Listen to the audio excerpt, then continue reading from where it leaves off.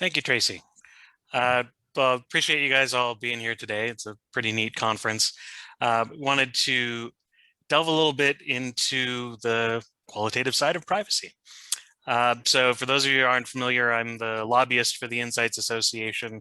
Uh, One of our biggest issues that cuts across every aspect and piece of the industry is data privacy, how we deal with consumers. Uh, at the moment, that means dealing with a proliferating number, primarily of state law legislation, a bunch of comprehensive privacy bills, one of which was already quickly smashed into law in Virginia just last week. Uh, and it does not match the more long-running California Consumer Privacy Act. It has some similar themes, but doesn't really mesh all that well. And there are others on percolating in a bunch of other states like Minnesota and Vermont, Oklahoma, Florida, Washington State. Looks like they may go again, and that presents a lot of problems for an industry that is based on the collection, analysis, and use of data and its sharing in order to produce good insights for all of our clients.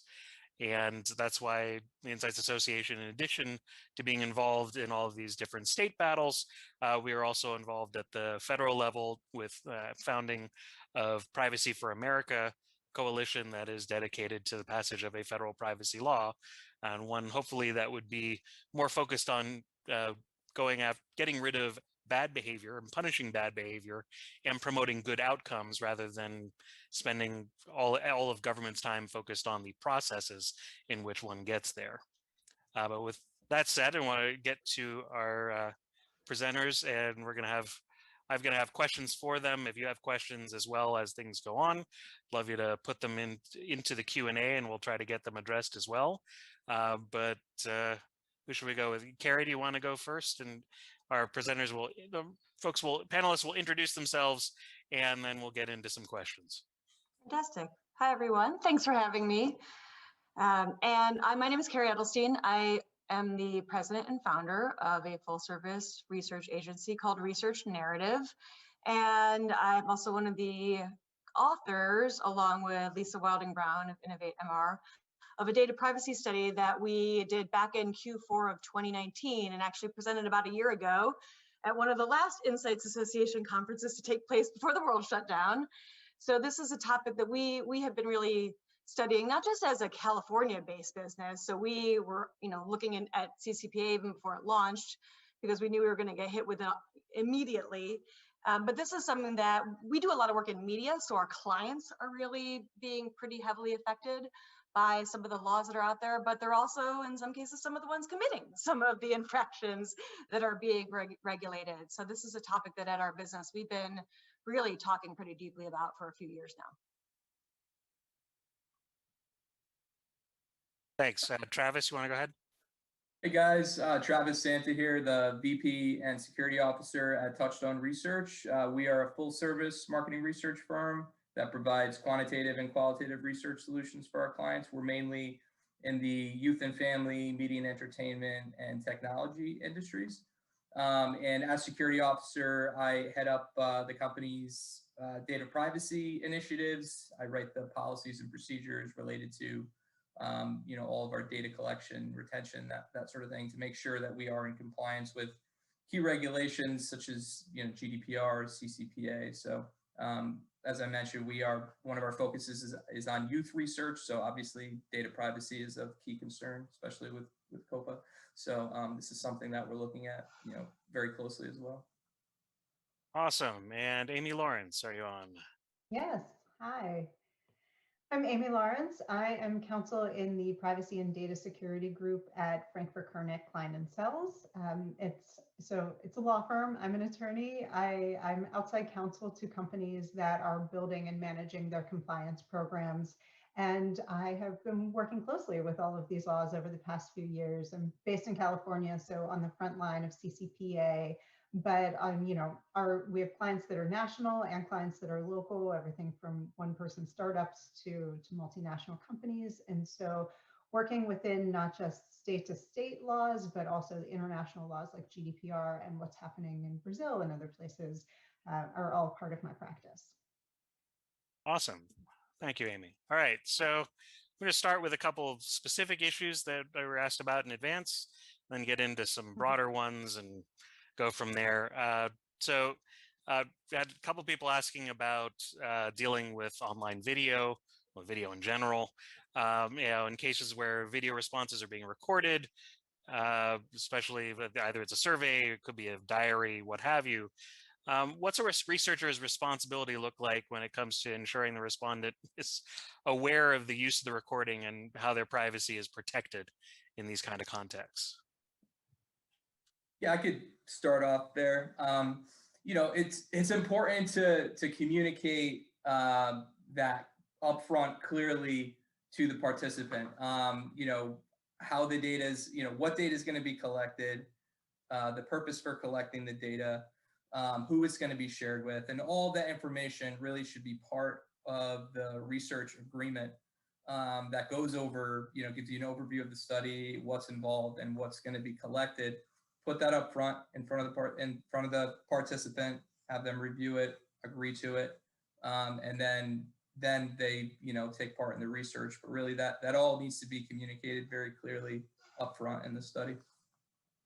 I'll echo that. So the major pillars of privacy law are notice and choice, and what we're talking about is notice. And if the researcher is the one with the first point of contact with the subject or with the consumer, then you're the one who has to provide that notice. So you're the one who has to be transparent about what data is going to be collected and how it's going to be used. And then the choice part of that is to make sure that the consumer, the person that you're collecting information from, that they agree with that and that they're comfortable with that.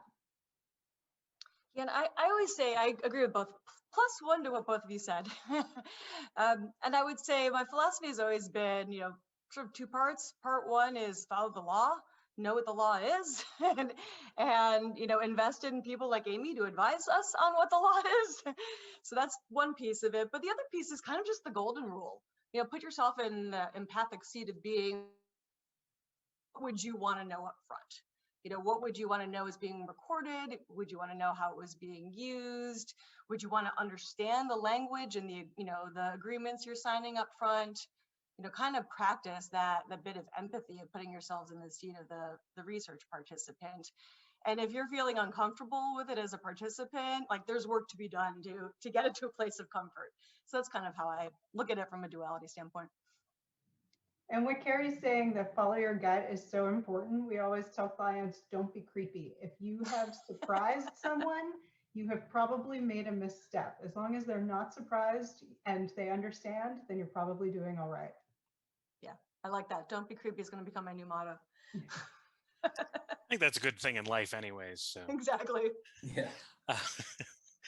So to bring this more specific, and one of the questions were asked in advance, it's in viewing or recording a respondent's devices as they're logging into a device or logging into an app, where you might perhaps see them typing in their username and password, things that we wouldn't want them to necessarily be disclosing, and things you might not actually want to know.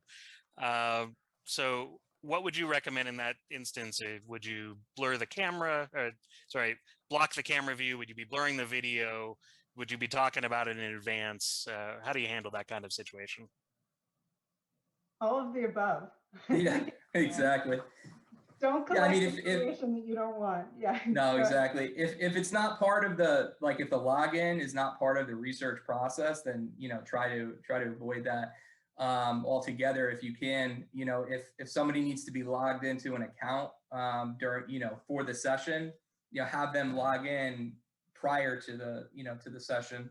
Like, we conduct tech checks with participants to make sure their equipment is set up and everything like that. So during that tech check process, have them log into their account and they're ready to go. Things do come up. Somebody might put in their username and password. In that case, first of all, you should communicate also with participants, prior to the session. Let them know, hey, don't log into any accounts. Don't have any screens up that's going to have any PI on you or anybody in your house or anybody in general. So communicate that with people. And then if something, if they do happen to put in PI or their username and password information during the session, then, you can blur that out or crop it out, or if you don't need it for the research, delete it altogether or try to anonymize it in some way. Yeah, exactly. I always say, prepare in advance for it to not happen and take the steps to avoid it happening, and then assume it's going to happen anyway and be prepared for when it does. So we actually had that come up recently where we had no reason to be collecting PII at all on one of our projects. And we were doing some research on cell phone service, and somebody went into a coverage map as they were screen sharing how they find cell phone service. And they didn't look for, Manhattan or Chicago or something general. They typed in their address, their street address. And you could just feel everyone behind the scenes being like, abort, abort. But, ultimately we asked them to stop screen sharing. And then before we shared any video out with the client, we blurred that out before we even uploaded anything to a portal where people could access it, let alone download it. So we kind of have 3 steps in that, to, just as you were saying, Travis, to manage that exact situation. The risk that you're protecting yourself from is that if you have information, a username and a password, that if that information, if you have unauthorized access, if you have a data breach, then you might have all sorts of other obligations under the law for reporting and helping people, clean up their credit. If God forbid you're using, collecting passwords from financial accounts, then the risks that are associated with having that information even on your system are so great that you just want to do what you can up front so that you can just avoid it. Yeah, we talk a lot these days about data minimization. What you just said, Amy, is do we really need this? And it's a kind of a sea change in philosophy from, yeah, save everything just in case you need it, to save as little as you possibly can, because all of that is a liability. So be really careful. So if we don't have to store IDI video or focus group video anywhere on our system, if that can be, on our partner system and not on our system as well, that's safer to us. So we only download if we maybe need to do some editing in our own editing software, and then we'll delete what we didn't use, and we have an annual audit of our systems to go back and look at, hey, is there anything that wrapped since last year's audit that we don't need anymore that we can delete? So we've become a lot more vigilant about that than we needed to be pre-regulation, but also in anticipation of things that are not yet regulated becoming regulated. So my assumption, honestly, with anything online video is that facial recognition is going to become a form of PII. So we just act as if it is, absolutely. under the assumption that it will be at some point in the probably pretty near future. Yeah, it is in some places, and you're right. There are a lot of bills out there. There's a lot of proposed legislation that would expand, the definition of personal information to include any sort of biometric information, which would include facial recognition, fingerprints, iris scans, but even just, your picture will be personal information under a lot of these laws coming out. Yeah, absolutely. And we've started, I've been talking about video, but even in something like a digital diary in Qual, we'll ask somebody to upload a picture of themselves because they're over 18 and they've been prepped with all this and we want to share. But sometimes we get the whole family, and then now we've got kids. And right now that's not being regulated, but to your point, there's tech out there that I think within the next year or two will be able to identify a kid publicly and put their name and address right out there to the world. And so we have to now give instructions of, crop your children out, or just you and your dog, maybe, let's kind of keep it a little bit simpler, which is sort of a bummer, right? From a Qual perspective, because you want to invite that kind of participation in community, and family is something that everyone relates to. But we've had to be a little bit more careful about what we encourage people to upload and share, because then it's out there. Well, Kerry, since you raised it, let's talk about the fun of minors and how you deal with privacy. But so how are you guys dealing with this, and how do you recommend dealing with it? I mean, it's because there's a whole regime around the treatment of anyone under the age of 13 online, but you have different expectations from the people you're talking to when they are tweens, when they're teens, anyone in that 13 to 18 range, you have a lot more legal flexibility to a great extent, but there are ethical concerns, and depending on what age they are, they can be very different kinds of people with different approaches to this. So how do you guys approach that? Yeah, I mean, I think first and foremost, it's obtaining parental consent. I mean, it's our policy. Anybody under the age of 18, we get, parental consent from from parents or guardians. So like first step is start there. You need to obtain parental consent, and we take the safe approach by just getting parental consent from anybody under the age of 18, and then. Then I think also what Kerry was saying about like data minimalization, only capture the information that you need, that, that's vital to the study, and don't capture what you don't need.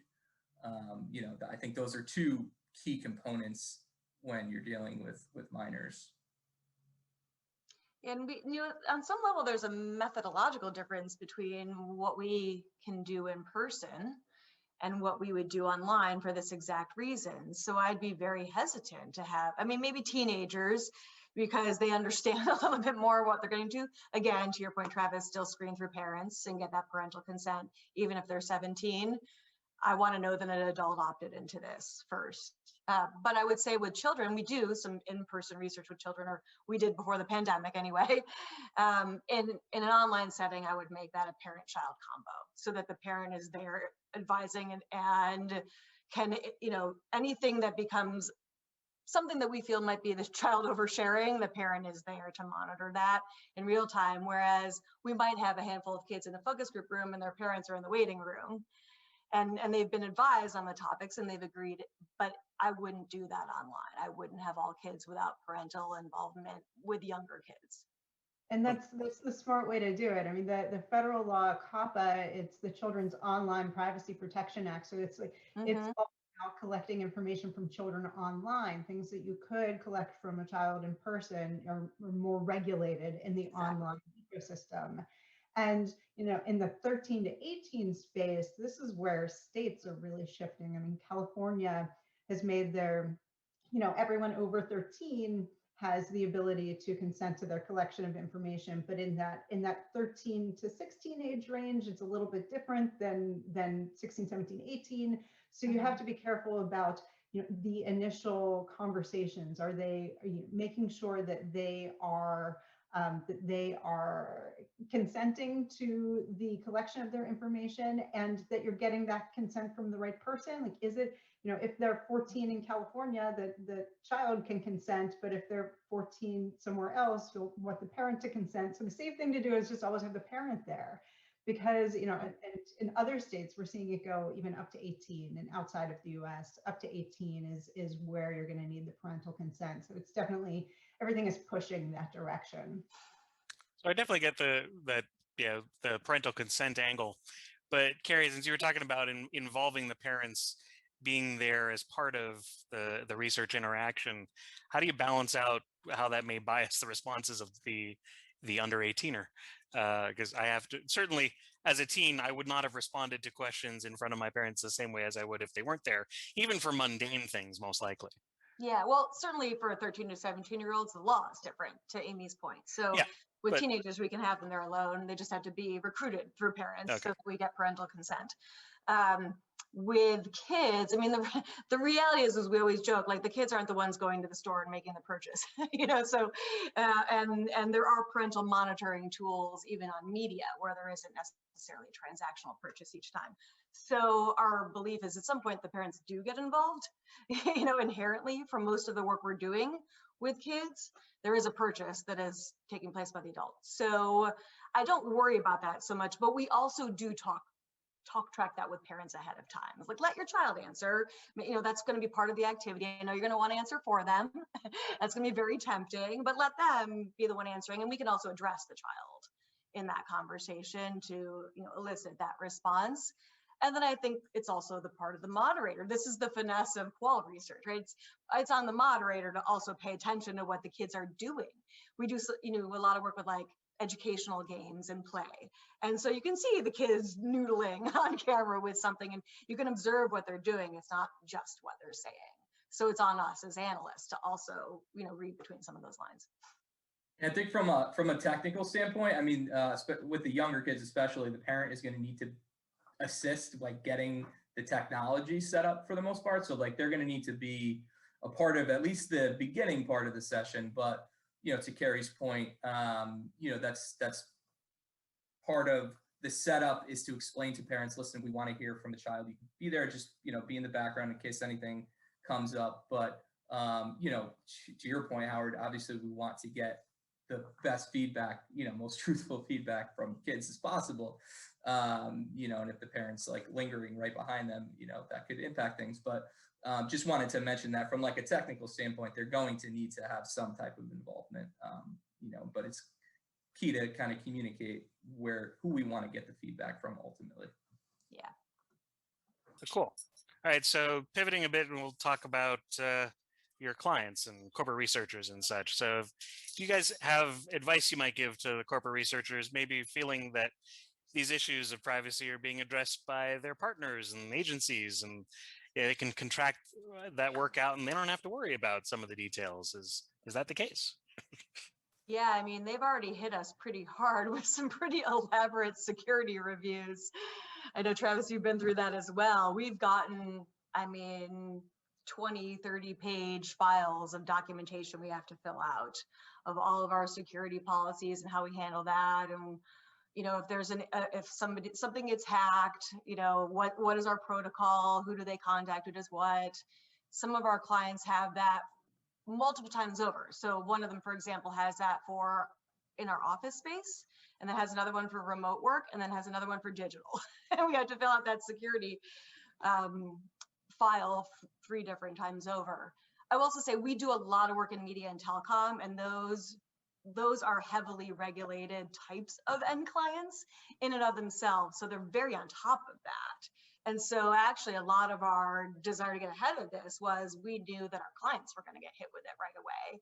And we saw almost overnight, all of our MSAs changed, all the data privacy agreements changed, not just with GDPR, but also with CCPA.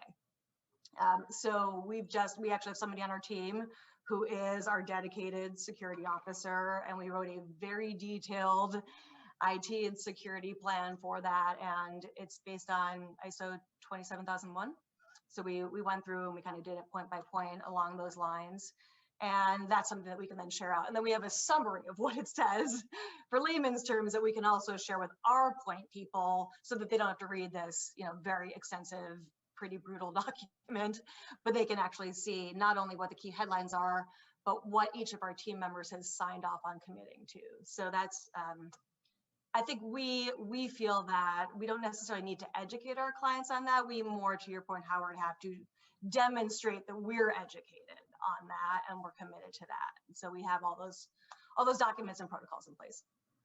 Yep. So everything that Kerry mentioned as security officer, those are the initiatives I was referring to that I'm moving forward. But yeah, we're needing to fill out security assessments at least on an annual basis, and it's key that researchers have an understanding of the vendors that they're working with, making sure they have the policies and procedures in place that our organization and Kerry's organization have in place. How are they collecting data? Where are they storing it? How are they, what's their retention policy? Making sure they're in compliance with key, legislation, laws, but also your internal company's policies. Have them go through a vendor vetting onboarding process and make sure that they have everything in place, because ultimately, the vendors you work with, they're your responsibility. And I would just, echo all of that. From the research side, it's absolutely it's a +1 when you know your security measures that are in place, when you know your own vendors and you've done your due diligence, that needs to flow through to them. That's all fantastic from the client's perspective.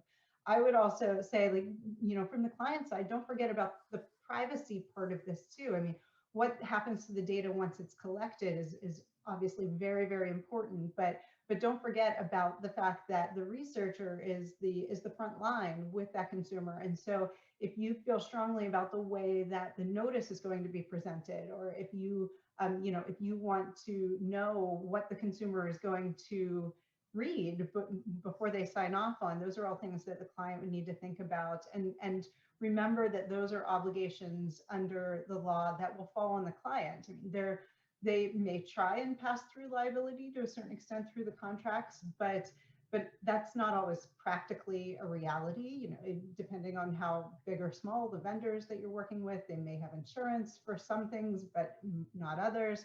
It might not always be like the practical risk involved of using a vendor who has all of the security measures in place, but maybe hasn't taken the right privacy precautions on the front end. There could still be risk there. And so make sure that the contracts are up to date for the laws that are going to apply to you. And it comes down to where you're doing the research. Is it in California? Is it completely online and you don't know where the people are? Or is it, if it's in Europe, then you've got a whole different bag of things to worry about. But think about the front end as well as the back end data side. Yeah, you bring up a really great point too, is that I would say all of our clients, the legal team knows what's up. And I can see that in the contracts that I am tasked with signing. And so I know what I've agreed to. But sometimes I actually still have to educate our point person on what their contracts say. Like I'm actually not able to give you access to this because your contract prohibits me from giving you access to PII because your contract has a data minimization clause in it. And they don't necessarily know that. So sometimes there's a bit of education. And actually, Amy, another one that's come up, this comes up a lot, less in qual research, it's come up a lot more in like intercept surveys, where they put it up and I was like, oh, if you're not screening out people from Europe, like we need to be GDPR compliant. And they're like, oh, no one will come in from Europe. All it takes is one. I was like, I guarantee you one person will come in from Europe. It might be a bot, but we still have to prepare if it's an intercept survey and you're not screening people out on that. And so there's a bit of education for like the risk they're taking on in some of these methodologies and how to minimize that risk and also make them in compliance with their own contract. Absolutely. There's often a disconnect between what the business team wants to do and what the legal team wants them to ask for. And yes, it's fantastic to have a partner that can help bridge that gap. And that's something that every client should be looking for. I think we only have 2 minutes left. And I have tons more questions that I could ask you guys. I think we're going to probably have to have you guys follow up in the chat or afterwards with folks with some of the more, especially the more specific questions. But really, thank you guys all for coming on today, and maybe we'll have to do this again soon. For sure. Yeah, thank you. Thank you. Thank you. Well, thank you, Sorry, go ahead. Thank you, Tracy. Yep. I feel like we could actually talk about this for almost a 2-day conference also. There's so much to unpack there. Just looking at the Q&A in the chat. Thank you all for coming and presenting this. This is great information for us.